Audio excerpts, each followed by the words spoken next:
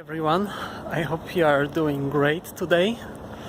In this short video I want to talk about a couple of best ways you can use to be energized and keep energized at work. This is such a huge challenge for so many people who become sleepy and lazy, and they just want to basically drop under their desks and just go back to sleep. And then they are drugging themselves with caffeine and think that it's going to be a big help, but unfortunately it doesn't work like this. So I'm a manager here in Barcelona in a content marketing agency, and my job is very demanding. I need really high levels of alertness and energy when while at work. So this has been a challenge for me, but I developed a couple of strategies and I have some great ideas that helped me to become much more energized and to have high performance basically during the whole day. So the idea number one is that you should hydrate your organism as much as possible. So many people don't drink enough water, and that shouldn't be you. You should be drinking water almost all the time, as this will help you to remain alert. And think about your mind as a huge reactor, basically. So you need to cool it down. You need to bring some water in.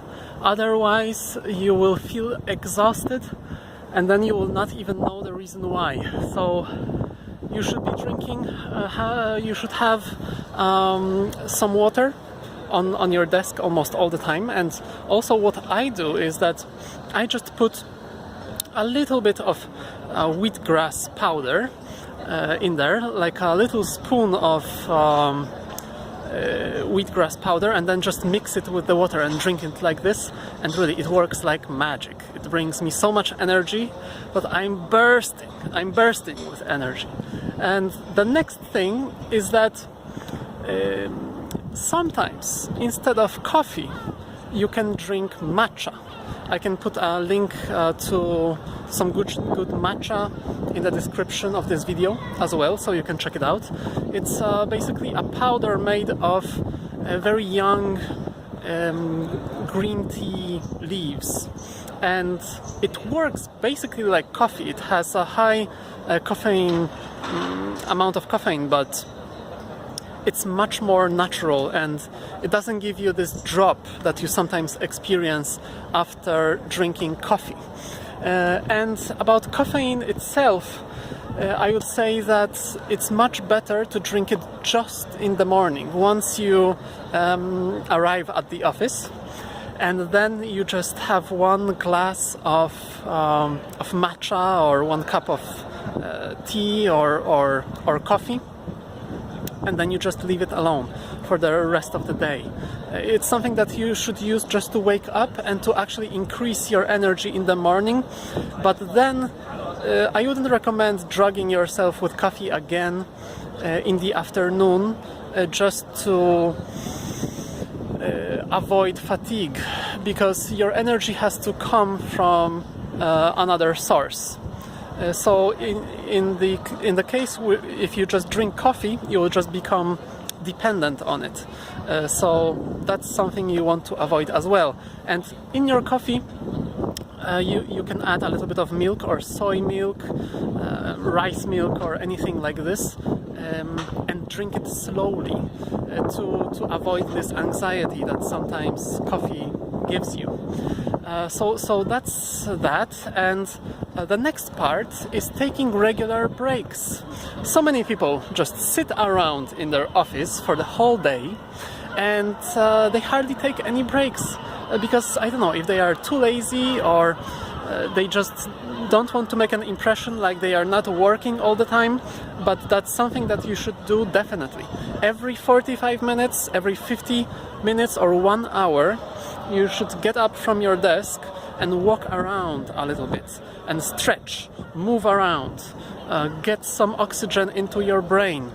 And if you work in blocks of time like this, you will see that you will feel much better after coming back to your desk. So what I do is that I set an online timer for around 45 minutes, and then when I sit down at my desk, I just put it on and I work as hard as I can with concentration for the 45-minute period, just listening to music and working with focus and concentration. And then when it's over, when 45 minutes pass, then I just get up, I go to the bathroom, or I go outside like this, maybe to create a YouTube video, or just try to get my mind off work.